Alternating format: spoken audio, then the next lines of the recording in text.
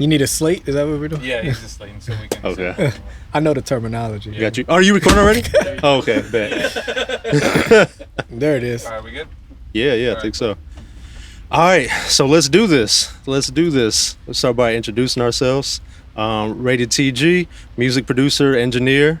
Schyler O'Neal, music producer. By the way, my goal is to make everybody feel super uncomfortable today by just giving like hella compliments. So this is multi-platinum producer, Schyler O'Neal, producer, songwriter, all that. And this is Xian Bell, R&B singer, District's local, gang. All that gang. Yeah. Yeah. So let's get into it. Where are we? What brings us here today? What brings us here today is the completion of second collaborative project with me and the gang, Crenshaw At Midnight. It's been a long time coming, but hella excited to. I'm gonna ask the question everybody thinking. Yeah. What took so long? You know everybody wants. Like, we gonna get into it. Let's get into it. Like, yo, y'all drop a fire album, and then just was like, all right, I'm done. And then we over here like. What was it? It's a lot of things, but I'll let Key take that first. I honestly don't know. So, I mean, I don't know. That's a good question. I think we kept hitting like different creative pockets. Like we get to a point where we feel like, well, for starters, the pandemic for sure had like a big effect on things, because we had like a tour and everything lined up for the completion of the album. Pandemic hit, and it was kind of like just a year of just, I guess, waiting. And then from the pandemic shit, we hit another creative pocket. We made like 3 to 6 good songs. So we like, shit, we got to include this on the album. And then shit, 6 months later, we hit another pocket of 3 to 6 good more songs. So the album just kept evolving. And I'm glad it did, because we're ended in. And I feel like what it sounds like now is just from start to finish. To me, it's just perfect. So I'm glad we waited, but we just kept hitting pockets. We just kept getting better, I guess, and didn't want to grow in front of people. Right. But yeah. Yeah, no, that's a great answer. But I thought you was gonna point to TG. You said all of that, but I really thought you were just gonna do that. right. Yeah. Well, yeah. I mean, yeah. Just to transition into that. Yeah. Part of it, I guess, feels like me, because it was a lot of work, right? And what's funny is going into it, doing You Were My Dream, I guess when I had the conversation with myself, like, all right, we're gonna do this project, and I didn't really think realistically that the first one would maybe get that far so fast. Right. I thought maybe it would take 2 or 3 projects maybe to get to those like kind of like numbers. Yeah. So when it did do that, now I'm like, all right, so now I have to up the bar. So I told myself, I guess the business hat, told myself that we need like 3 projects to get there. When we got there, now the artistic side wants to just take my time with it and do more. So I really tried to just up the bar as far as the production, and I learned, I guess, a lot of stuff about myself too during the process. Production is crazy on the I'm not gonna front. The production, it sounds like y'all took y'all time. And I think we're both perfectionists, and we both like in. Even when we released the first You Were My Dream album, we had like over 500 songs. Dang. And in order for us to like drop the album, the homie DJ Lee, he literally had to come to the studio like, man, like, nigga, pick some fucking songs. like pick some songs to get the shit out. I think if it's up to me and T, we'll just lock in and just work because we really love like what we do. Yeah, just creating. Yeah, and that was another part of it too. Like we would do sessions where we would make like 3 to 5 songs and love that. And I love those days too. And you know, like the mixing, even though I love that as well, but that seems like a little bit more work than just having fun and creating stuff. So it's that. It was the pandemic. It being a new father too. Like that was. That's right. Congrats on that too. Yeah, bro. Yeah. I mean that was, my daughter was born 2019, so going into that, and then the pandemic and being worried about her safety because nobody really knew what was going on. No, the world. Yeah, y'all get a few pass for that. Come on, y'all get a little bit of pass. We been through 2 pandemics, a recession. All of that, right? There's some shit going on. Recessions, inflation. Yeah, We done went through this shit all out of pocket. I do gotta ask, like, what do y'all think? Because I hear, like, Chris Brown do it. I hear Michael used to do it. Where they go in, do you really need to record like 200-300 type of songs to get like? Because I know you guys work like that. Like, what is the? I guess what do you think is like the benefit of that? Because I feel like I would get lost in that process. Like how are you able to create that many songs? And then when you're starting to boil it down, like where do you begin? To me, I feel like it is because even with failed songs, to me, you get dope lines that you can use in other songs. You get other shit that you experiment with. Like, there's a lot of like falsetto, like higher register, like vocals for me on this album. Yeah. And a lot of that comes from shit, me trying that and it being trash. Shit, me trying it the next time and it's a little bit better. Me trying it after that, it's a little bit better. So even with the failed songs or not necessarily failed songs, but incomplete ideas, you get certain shit that would be like, shit, well, I could use that on this, I could use that on this, I could use that on this. Right. And over time, it just becomes like second nature to where like you knocking out, when you knock out one, you know, like it's an album record, it's a song that you should put some bread behind. Yeah, that's true. It's all reps. Like, that's what it is, right? Being in the studio is like being in the gym. I mean, I'm not in the gym, he is, but he know what it is. It's just practice, right? To his point, even with the lines, like, I'm kind of doing a similar thing with production, like learning different tricks. And maybe if me doing this kind of like effects or doing this cool trick on this song, but that song didn't pan out, I know I have that in my bag of tricks now, right? To use it. I guess that's a good way to think, because I'd be thinking like, dang, like that's a lot of records to have to boil down. But I guess if you trying out things and stuff like that, I never thought about it like that. That makes sense. It's all reps, it's all practice. Do you know how many Give did for either project? Like, I don't know, but I know that there was records, like there was different versions of the album, because the first version I had or heard of the album, like there were like you said, more experimental stuff on it, and then there was just like you find a pocket and things like that. But I don't know how many he had initially, but I think he was working on it for like probably like I think like 2 years too. Yeah, like 2 years. Wow. This project was in the work. Yeah, no, it's work. Yeah. yeah. It's definitely that. And what's that like process like? Well, when you turn in the songs or when you hear them, right? Like, I guess waiting for the album to come out. So I'm sure it's Still Your Best was different than the placement for Another Heartbreak. Because Still Your Best, I was at his crib. We were practicing for like some like one of those like acoustic videos we did. I went over to his crib. We was practicing it. And then afterwards, he just had the keyboard there, and I just went over there and I just started playing the chords that became Still Your Best. Right. And it's different when you like in person with somebody and you can like feel off the vibes and things like that. So I'm just playing on the keyboard, and I go home and he calls me. He's like, "Yo, can you send me that?" and things like that. For the album that just came out, the track I did, Another Heartbreak, I ain't gonna front, it was a headache. It was a headache to get it because, one, we're in the pandemic, so we know we're not linking up like that and things like that. And I don't know like what vibe they're going for. Actually, Wasted Love, I made that track for Giving Us. And I just knew he was gonna like this track. I was like, I spent 3 days straight. I was like, I know he gonna like this one.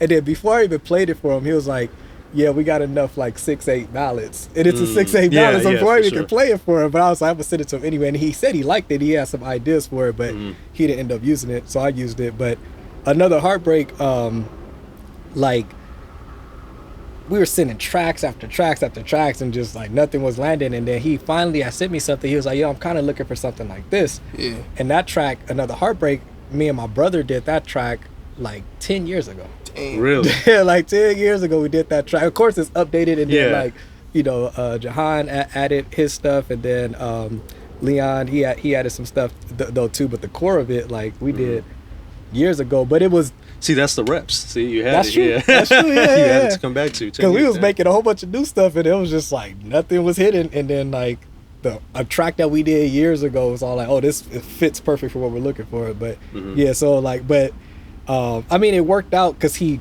told me what he was looking for. But just being in the studio, I couldn't imagine just sending tracks to people just like, I mean, I know people do that, but that feels like work to me. You know what I'm saying? That feels like, it doesn't feel like creative. It feels like, I hope they like this one, you know? It's like, Yeah, no, that's doing a lot for sure. But I mean, that's the beauty, I guess, of building with the artists and having them there, right, in the studio.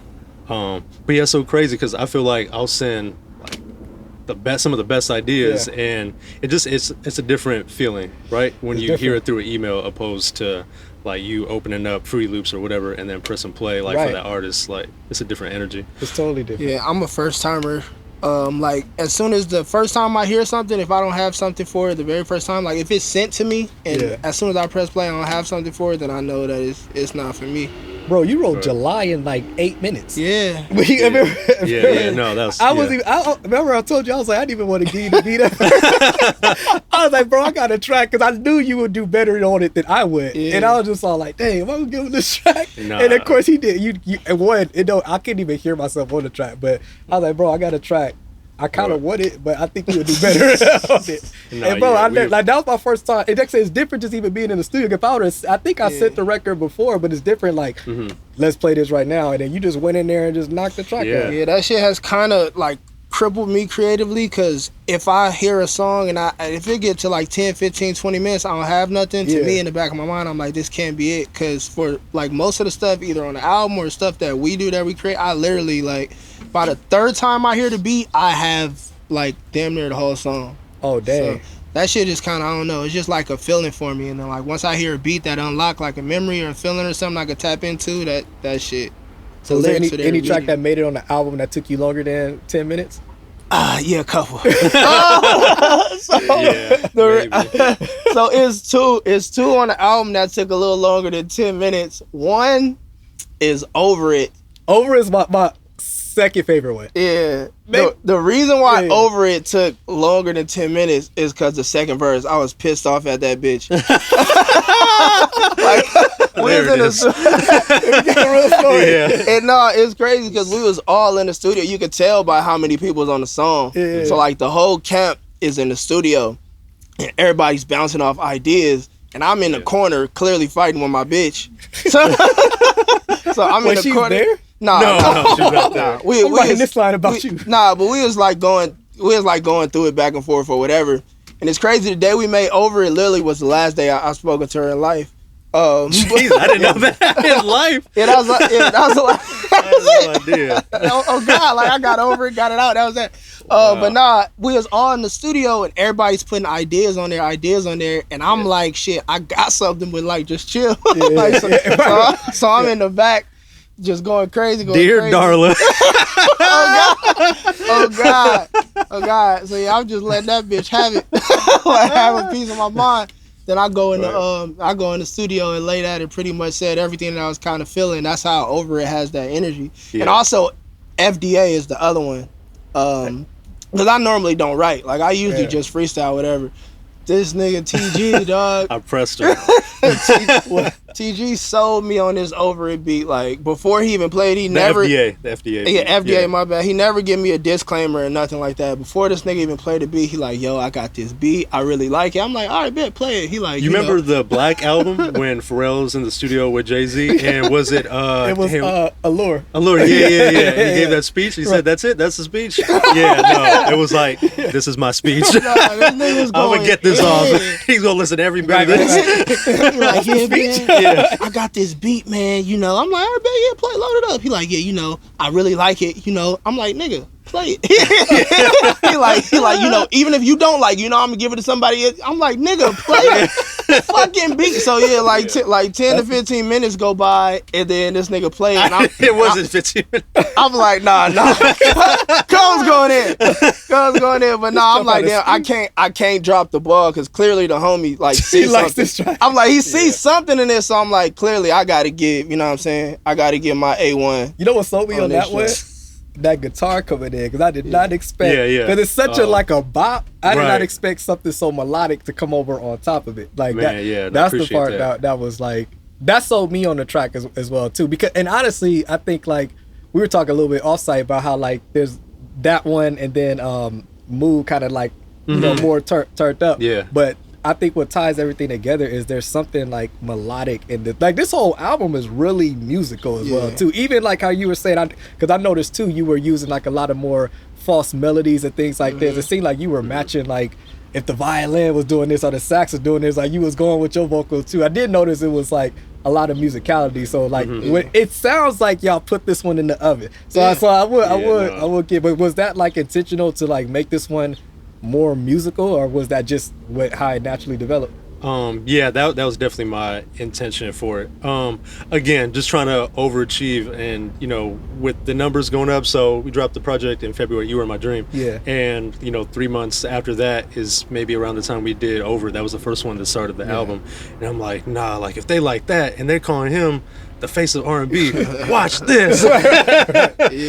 That's me pumping myself up similar, I guess, to Jordan, right? You hear those stories in The Last Dance, like he had to kind of like psych himself out to get that competitiveness. So same kind of thing. So I'm like going through that with myself, and this has to be musical. Like this, it has to be the next notch up or the next level. So yeah, that was the vibe, that for sure. But again, 2-3 years later, that's kind of why it takes longer, because now it's not just me, it's other musicians, it's guitar players, it's David on the guitar, Ivan on the bass, Tim on the violin, Dre on the keys, Knob on the keys. So it's collective, but I think it's a masterpiece at this point. Oh God. Yeah, but bro told me that too before we started. He was like, my direction for this one is more organic, and I'm just like, whatever, cuz. I'm loving the beat, bro. Just load that shit That's up. what it felt like too. And I was like, so after talking to myself, like putting myself up, I'm like, all right, I guess. I'm like, bro, just give me the beat, bro. Not a boy. He's like, all right. All right, I got a question. I'm stepping back as a fan, right? So you guys dropped You Were in My Dreams, right? And then you sell us on this sound, and then you guys put out like a lot of different types of music in between there. But then but then you come back to this album and it's all like, okay, like I guess when I was talking about you guys doing all these joints, because you experiment a lot, but then this album is really cohesive, and it's like it puts you in a space and things like that. But then between these two albums, these records that you guys would drop, it's like you guys would like just having fun with it. What was the thought process behind just like, because y'all was just dropping records and things like that without giving us the album, but you still was dropping though. I can't not do nothing. Like, it'll be times and periods where we're like working on either mixing or finalizing these things. And I don't know. I get in like little creative spaces where I'll just go to the studio and just do a bunch of shit. Right. I don't know. I can't just like not. I don't know. As a creator, you get that itch. But it seems like you having more fun with. I mean, not that you're not having fun with this project, but it seems like y'all just be like, let's just drop some stuff, and it's all dope content though too. But I honestly like didn't know what the album was gonna sound like coming from the stuff that y'all was putting out. But I was happy to hear how it came out. But even to talk about that. So Free Till Midnight, I think that's kind of what started that.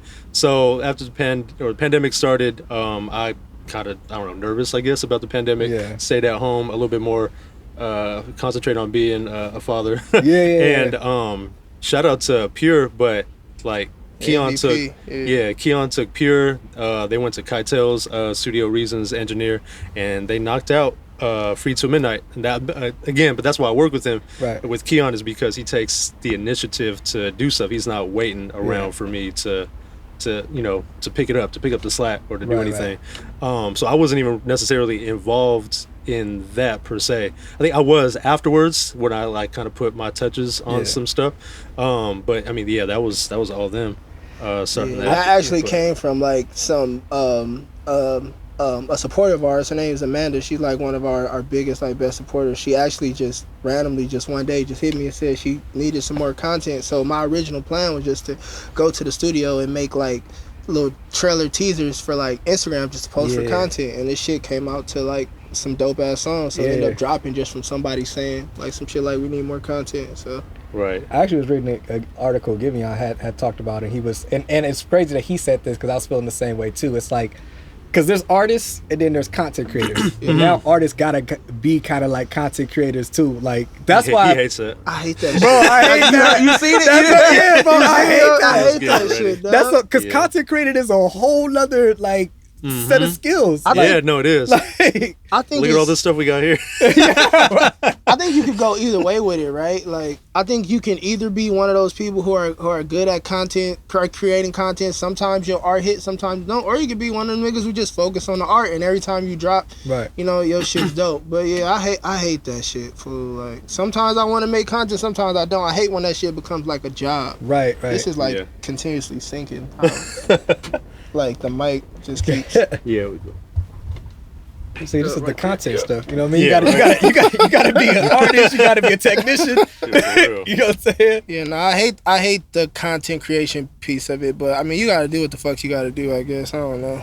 Yeah, I mean, it's social media. I guess has created that, but and then you have to stand out. There's so much competition. It's hard. Yeah. So how do you think? Because I mean, you already know social media. It is a double-edged sword. So just as much as there's bad stuff, there's good stuff, and I think that success could be whatever you want it to be at this level. You know what I mean? Like, there's a lot of people who are like independent, who's selling out shows and things like that. Like for you guys, for this project coming out, like what would be a successful release for this project? Like what would make this like, okay, yeah, we're hitting our targets? You know what? That's a good question. I would say, man. So with You Were My Dream, we just went over 3 million. I think with this one, I mean, I want to set the bar high because I didn't even think that for that one. Right. So I don't know. I mean, I'm looking at numbers. Maybe that's bad. I mean, we did say that's a part. That is a part of it, but that's not the only criteria. That's not the only criteria. I'm like 100 million and a tour, like a tour on some level. I don't know how many cities necessarily. I don't know, maybe 20, 25. I guess I do now. I don't know. But yeah, 100 million a tour. That sounds good. Yeah. Trying to count the bitch. No, okay, so he has a different number. He's trying to carry the tour. So we do 25 cities. That's 25. Nah. All right. I have a question for you for the album. What song are you most excited about to see the fans' reaction? Me? Yeah. Ooh. Like, I can't wait to see what they say about this on Twitter. Or I can't wait to see what kind of videos they make. I have two. I think from a perspective of male fan base, I think men are gonna love to hear the second verse and Over It. Like, I can't wait till I can't wait till the Toxic Masculinity Clan get a hold of that one. Yeah. So they can ride with me and feel my pain. And then also Last Time, because I feel like Last Time embodies the growth and the growth. That's your favorite, That's right? my favorite. You wanted that to be the intro. I wanted that to be the first track. I was like, bro, start this off. I feel like Last Time embodies what we were trying to encapsulate on this project: the growth from production, the growth of us deciding to hone in and hang our hat on the R&B thing. Like, and I don't think from an R&B perspective is nobody out here like doing the type of shit that we did on that record. So. I think Last Time from a growth of talent perspective, and Over It is just, I can't wait for niggas to hear how it went in. He chose my two favorite on the album. Those are my two favorite. Oh, that's crazy. it will reverse order though. Like, Last Time is my favorite, and then Over It is probably my second favorite. I get why you said that we should probably start with Last Time, bro. Because I'm listening. Because mind you, remember what I said? Like, the album came out, and then you guys did all this other music. Yeah. So last Time to me picks up. Yeah. Where that You Were in My Dreams was at, but shows like, yo, we at another level now. Yeah. That's why I was like, but. The intro does that too. No, yeah. I'm about to say, because listening to it, the album in the full sequence, like, it makes sense. It's a completer. Like, it's an album completer. I'm gonna throw the intro does do that. Throw the question back at you. Which two, or which one or two? Intro is probably number one. I love that. The intro is crazy. I ain't gonna front. The intro is crazy. That has a story behind it too. But that's probably my favorite. I don't know. There's just so much to it. Like, the vocals, I love the space. You got Keon, you got Ryan, and their vocals are meshing with each other. They sound crazy. The violins coming in there, and then that kind of like the outro that we did going into the next record, Control. Like that's a beautiful blend. The next one would probably be FDA. Just because I know we're so. Because he gave you the speech. Yeah, because I gave you this. Well, no, actually, it has nothing to do with the speech, but that was his shit. that was his shit before the album. He was like, "Yo, this is the single, whether you like it or not." Oh God, that's basically what he said. Right. Before you write the song, this is the single. This is right. Before we know any lyrics at all, this is the single. No, I think it's because of the song concept. And we're so I get tapped in with the city that I feel like they're really going to love that and embrace that record. Right. Because even those are some of my like favorite lyrics, because he was able to keep it fun, because it is an up-tempo record, but still like describe women from his area without like overdoing it. Yeah. And still making it fun. So yeah. Well, I think y'all. I mean, I just like how seeing y'all work. Of course, you know I'm a part of the team too, but I always look from the outside. Like I feel like, for me, I always have issues. Like I guess like talking about like myself and the things that I do, but it's easier for me to talk about something as a team because I can be proud of like the teamwork. But like, I was gonna ask you, like, is there any track that you listen to and you're all like, dang, like this is crazy? Like, are you listening to your record like, yo, or is that the whole? On an album, you know what's crazy, and not to even gas I feel like that about this album from start to finish. I'm not even gassing. Like, of course, I got a couple favorites that I'll choose, but from the time I play the start of this album to the time I ended, this shit's a masterpiece to me. If I had to like break it down and pick a couple, I would say Control for sure. Yeah. Work on Me. To me, it's probably that one. Just because, like, Work on Me, I feel like... That production is crazy. I feel like the production is crazy, and I feel like that's one of them rare times where, like, I encapsulated, like, everything I was feeling, everything I wanted to say, it hit on record. Like, everything I say in that song, like, I don't feel like it's, like, not a wasted bar, like, not a wasted line, like, nothing. Like, I got exactly how I was feeling to mesh perfectly well with that production, so... I feel like you definitely, like where the music went up, lyrics, melody went and matched it as well too. Like that's one thing I noticed with this project. It does seem like a whole elevation of you know, leaving off from the last album. We locked in, hit a couple different pockets, and I honestly, this whole project, like, it makes you want to see it live. Like, listening to it, I'm all like, yo, this is gonna be crazy live. Like, that's how I was feeling listening to it, because I was listening to it again on the way up here, and I was like, bro, like, I want to see this live already. Like, it's best, like. That's good to hear. That's great to hear. No, it sounds like it's be just like a dope evening out. Just like nice little vibe, bring you a nice little day. Yeah, I can't wait to perform. Can't wait to perform this motherfucker. Yeah.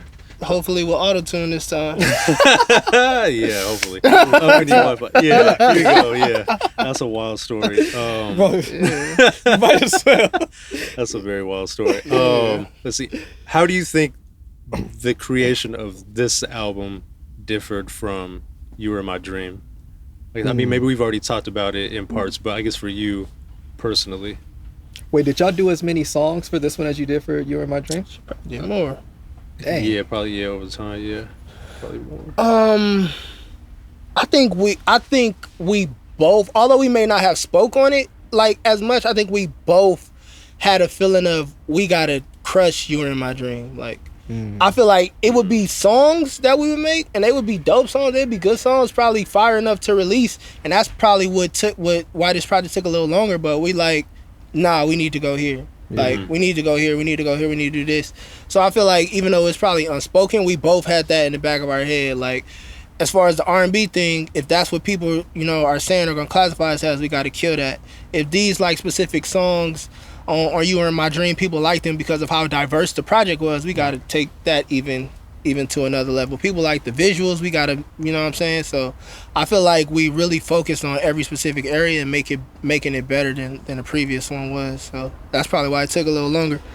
Yeah, no, for sure. Do you think that, because I know that this one, like I said, is more R&B driven, but what do you feel like, because you could spit too as well too, like you could rap. How do you feel like your rapping has influenced the R&B stuff? I'm glad you asked that, because I feel like, especially on this album, I found how how to use my rapping ability as a tool. You know what I'm saying? Like, I feel like kind of on You Are In My Dream, it would be sometimes where I did it just to show that I could do it. But right. on this one, like, even like one of my favorite records on the album is Toxic. And I know when we originally made the record, like the vision we had for the second verse was for me to go in there and like rap and spaz or whatever. But even though I'm kind of rapping, it's extremely melodic. You know what I'm saying? So I kind of found on this album, I found how, when, and where to use my rapping ability. On this album, I found how, when, and where to use like the falsetto, like the higher register. So I think I kind of found a real good like niche and pocket on when to sing, when to rap, when to high note it, when to double shit, when to put some melodies in it. Like I found myself as an artist a little bit more. I remember you was telling me that too when we was in the studio about like recording things and trying things out, because I was like, man, it seemed like you have like, this sounds like there's a Keon sound now. Like you can hear a record, oh, this sounds like something that Keon would do, and you was like, bro, I just be in here just, cause I remember you said I didn't even know like I can do these type of things with my voices until I just went in there. And maybe that's what you guys talking about with the reps and things like that. You just go and try stuff. So yeah, you got to be in the booth. There's like something to that like etiquette and just working. I mean, even if it's something like as simple as knowing like how to position yourself like to the mic, or just how to use your voice. I mean, that's that's your instrument as an artist. So so it's like all types of shit that I learned. Like, cause of course, like I started rapping like the first time. Backpack rapping. Like Nas rapping. Like Lupe Fiasco. But you can still hear that because there's some boom bap in this. Like there is some boom bap in the production, so you can hear that influence still. I started off rapping that way, and I remember the first time I sung in the studio, like my homies that I brought to the studio, they like laughed and walked out. But I'm saying to go from there to a point now where if I'm not singing on the record, I probably won't like it. Like it's so much little like small intricacies that I've learned. Like even when I'm recording and I need to hit certain notes, like start off singing closer, and then as I'm elongating the note, like move away, or you know what I'm saying, sometimes I need to sit down and sing this shit, sometimes I need to stand up, like sometimes I need to approach like warming up vocally different. So that's another reason why it took a little bit longer, because I'm not just going in there rapping, and I'm not just hip hop singing. Like it's a real like vocal concentrated album. Right, he's doing harmonies too. There's a couple songs where he's doing I'm like here. I'm all like, oh, he going in. We in this bitch, man. I was like, dang, where this come from? I was surprised. No, the falsetto threw me off. I was like, oh, he up there. They said they want RC. We gonna do it, Hey, cause I know you. So you're the same way though. You started off. Now that I'm thinking about it, wait, hold up. I started off straight rapping. like on some like lyrical, miracle. Yeah, I was on some lyrical. Super. Like if I would have been rapping, it's funny. Like you was trying to move past it. I was like, wait, hold on. I want you to bring that shit up. If I would have kept rapping, I probably would have been more like a J. Cole. Yeah, which is crazy because like I always talk so much about Kendrick, but my style probably would have been more like J. Cole if I was rapping. But I don't know. You know what? For me, like producing is what made me try different sounds, because and honestly, that's why like I admire like you guys finding the sound, because as a producer, like my ear always goes to production first, and I just think if this is dope, I'm gonna try it. I'm not thinking like, is this dope for me as an artist? You know what I'm saying? I'm just thinking like, oh, I think this is a dope track, I'm about to just try it out. So that's the reason why, like, even like a lot of stuff I was working on as an artist early on, it's like all over the stuff. Like you got me rapping, and you got me doing a pop song, and you got me doing an R&B ballad, and like I tried a country song before, but I'm just looking at the musicality of it and not thinking that like, okay, what makes sense for you as an artist? You know what I'm saying? And I think that's a whole different, ability. And honestly, I think that's how you really start to, when a fan can listen and be all like, this sounds like a Schyler O'Neal track, or this sounds like a Giving Out track. That's how you build your fan base. So, you know what I mean? Exactly, I'm glad you said that. One of my favorite albums probably of all time is the Black Album by Jay-Z. But that one is the complete opposite, because there's every different flavor. And that was a different era where you had like the big producers, it was a thing to go out and get each and one of their beats. I guess it still is now, like when an artist like really makes it to that point. But like you said, I think a big part of creating a fan base is finding that sound and finding something for people to vibe with and rock with. But I would say though too, it's not just in the production, because like even with Keon, like your signature is like your vocal. Think about like Rihanna could do any type of track she want to do, and it's gonna sound like a Rihanna track. You know what I'm saying? Because she's the comp. Like my homegirl Tempest is the same way. Like she can do whatever type of track, and like it sounds like a Tempest track because she found her voice. The voice is so unique. You know what I'm saying? And it cut through, Yeah, I was going to say, because I struggle with that, like staying with a particular sound or a specific lane. I struggle with that a little bit, but I think it makes me dope because it allows me to be diverse. Yeah, but like I said, in that comment, like you have a very signature voice, so it's all like you can do the Rihanna thing. You jump on Or Childish is kind of like that too. That's one of my favorite artists, and it's crazy you say that because all of my favorite artists I view as that. Like, all the artists who I like listen to and love to listen to, like Childish Gambino, Big Baby Drum, Anderson .Paak, Janelle Monáe. They're the constant. They're the people that like. When you hear it's a new song from one of them, you will never know what that shit gonna sound like until you press play on it. Yeah. But it sounds like them because it's them and their voice is so unique. Yeah. Right. That's why we did Cool on You. Yep. Okay, I was feeling funky that day. The 70s record. What's the track that T-Pain was talking about? I Look Good. Man, he was totally talking about Cool on You to so that's what I'm saying. One's a funk record and one's like a. So how do you choose what goes on the album when you have other directions that are successful as well too? I think you find that 1, 2, or 3 maybe they kind of go together. It feels like they could, I don't know, maybe like articles of clothing, right? You find something, all right, these go together. This makes a nice like style, so let's go in that direction. Like this is cool too, but that's something else. Got it. I feel like that's what really highlights like how great of an ear that T has. Yeah. Because in the midst of creating, like starting with You Were in My Dream, in the midst of us creating all these songs, he heard 2 a.m. and was like, okay, this is it. This is the direction that we're going to the album. I was like, shit, I thought we've been going there.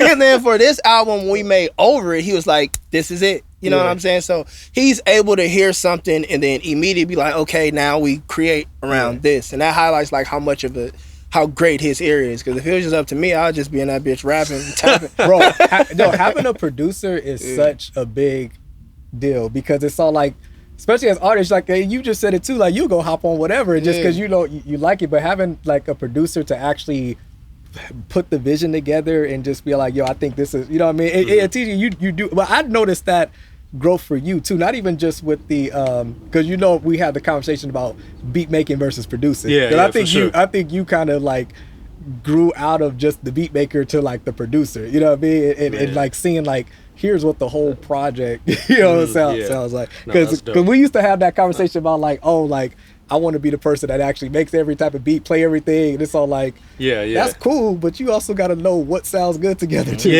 For sure. No, that's what was that like for you? Like what do you feel like? Do you feel like that was always? I feel like it was always in you to some extent, but did you notice like the growth as a producer in this album? Yeah, no, absolutely. Because I think maybe it started with You Were My Dream, and then just working with Keon, being able to have an artist to shape a sound. Right. Like that was good practice. Yeah. With this album, we definitely took it a lot further because you have to take into account all of the live instruments and how are these going to sound. And we have a reference like right now, but is it going to change with adding stuff? So I don't know. You really have to have like an imagination for it. So even with some stuff that I did, like the intro, like that didn't sound anything like the reference did, like how it does today. So it's just shaping that. But this was definitely a learning experience with all of that. That was another thing I had to learn as an artist too, because we made a lot of references shit like a year before it was time to actually record it. Right. As a rapper, it's much easier to do that. As a singer, you have to tap back in emotionally, mentally where you were at the time. You got to look back through the text convos. Oh my God, bro. I hit the bitch back. I had to go back to the top. I had to go back to the bullshit to finish recording. We went through like a time period where we were recording the final vocals and it wasn't sounding how the references were.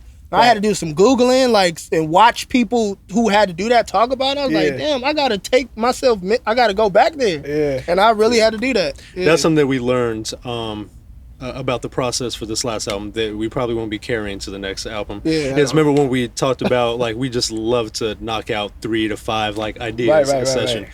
We can't really do that anymore because you get one like great idea and then we decided now we just have to focus on that and record those vocals, because so we would do that, we'd have 5 great songs and then we wouldn't revisit them and actually record them. I mean, legit, it was probably like 6 months to like a year. You're a whole different person. Totally, yeah.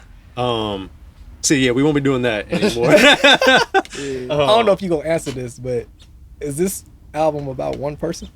Nah, it's not. But there are some songs that are a continuation from the previous. Okay, but no, it's not. So it's like this is just my guess. Obviously, I want to say the core of it is that the core of this album is maybe consistent with the last. Yeah, the core theme and most of the songs from this album are a continuation from the previous. It's not like, ain't nobody ever had me down bad like that. 12 straight? Nobody. We ain't rolling like that. You get like 4-5 out of me. That's an EP.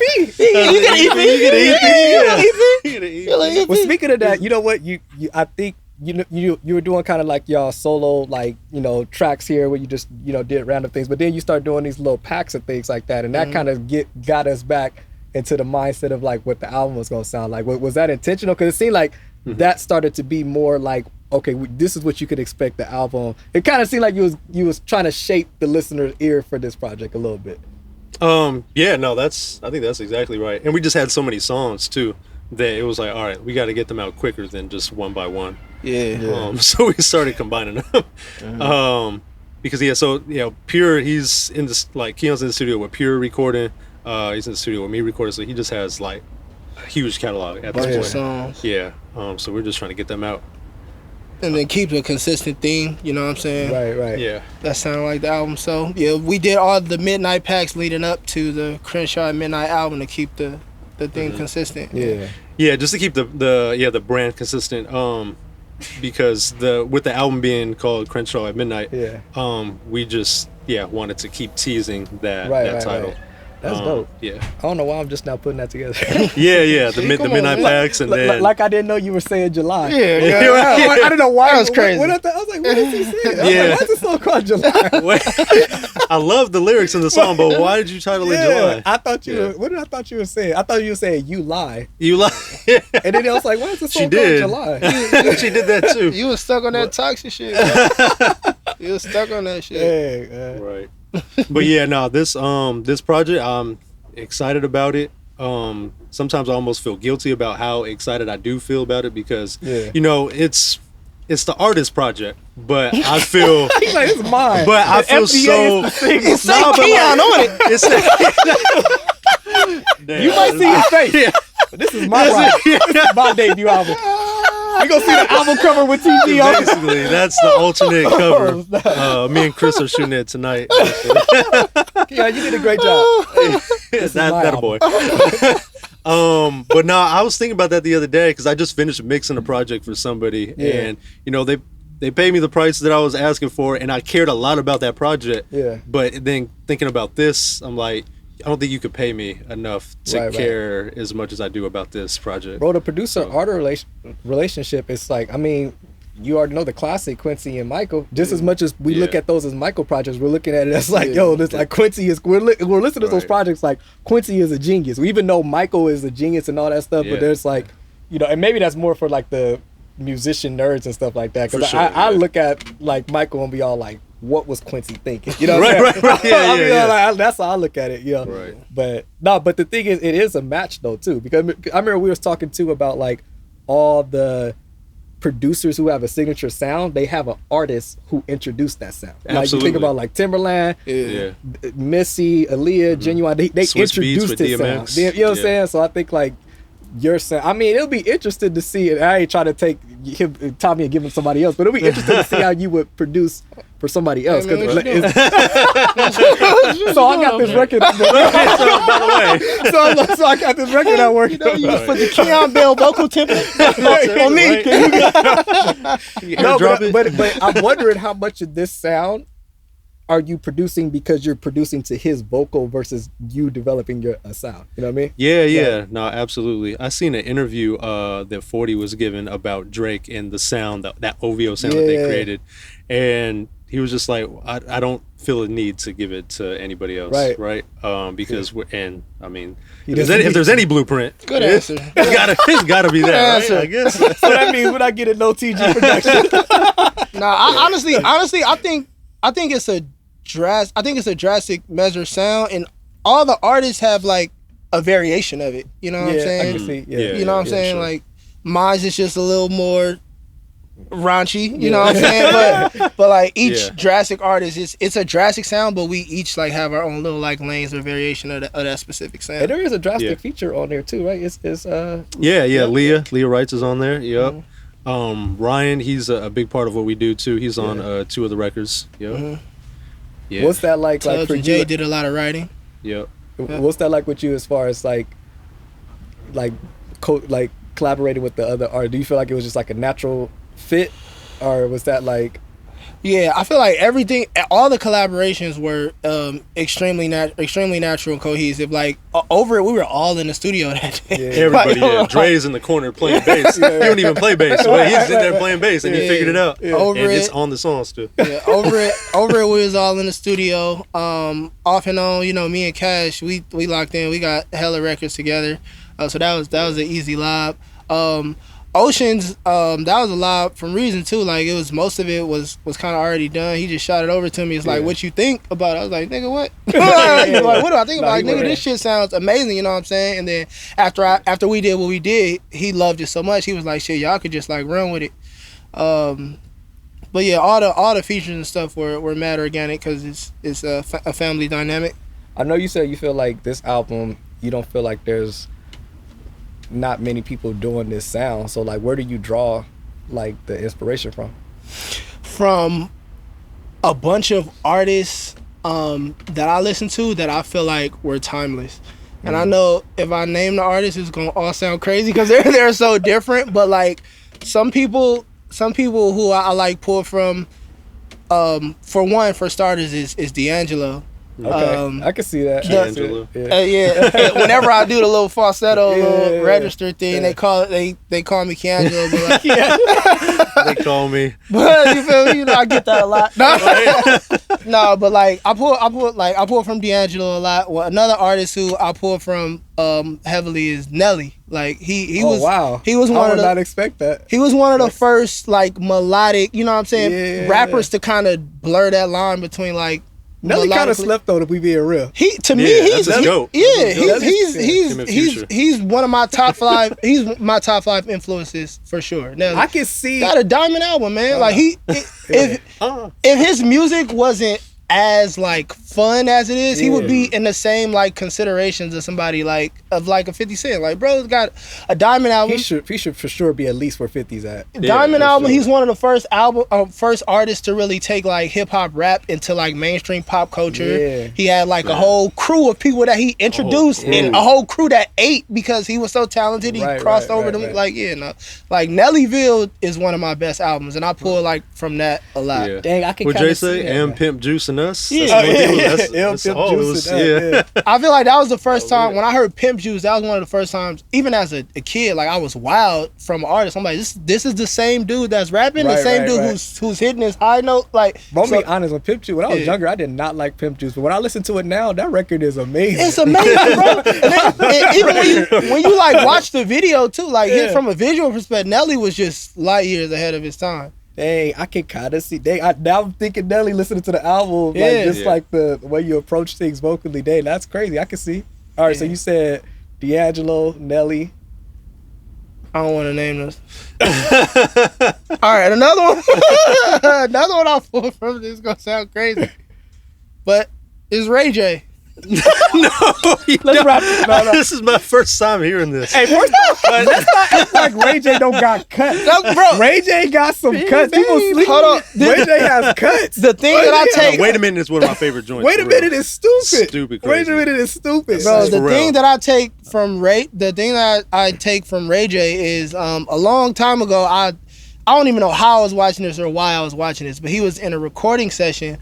and they was telling him, we can fix everything else from a vocal perspective. Yeah. Only thing that we need you to do is evoke the emotion through the lyrics. Right. So as long as your emotion as an artist is there, I'm working with the wizard. He could tweak this, put some reverb on this and make it sound like this. You know what I'm saying? So like Ray J is one of them cats, like even though he's not the best singer, like he's gonna give you the emotion in the record. Ray J got cuts. Wait a minute. Yeah, come on, One man. Wish. We already know One Wish. Yeah. One Wish, Melody, to play house, like come he on, has some bro. cuts. Sexy Can I? Like, Sexy Can I Oh is man, crazy. forgot about that. Yep. I mean, he even did his thing on the Jerk record. It will be the they can't talk me down. Yeah, he did. Yeah. You know, Ray J got some joints. So man. Ray J do got some joints. That's a very interesting one, but that I could. He has some. I know what I'm saying. Going from D'Angelo to Nelly to Ray J, I knew it was gonna sound crazy. That's why.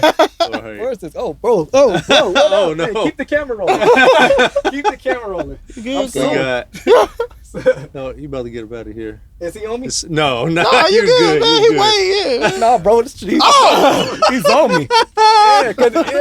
me, He bro. knocked him out. Yeah, like, bro. He was nowhere near you. Knocked out. Okay. Y'all playing Man. it cool. I'm not, I'm a city boy. All right. Hey, on that note, I'm a city nah, for real. I appreciate you guys just being out here and having a conversation. This was fun. For real. Yeah, man. No, really, congrats to like both of you on like an amazing body of work. I know I teased y'all about like the time that it took, but I think you can't rush timeless music. Can't rush the way this shit sounds. It's a masterpiece, man. Yeah. It's a masterpiece. And it sounds so different. Like it doesn't follow any trends. So as late as it is, like Right. it doesn't affect anything because we were in our own bag the whole time. But yeah, dope, man. I can't wait to do this again. And we go rock out 100 million and a tour. Let's and get it. However many girls you counted. 25 cities, Carry that too. 25. Okay. All right, for sure, yeah.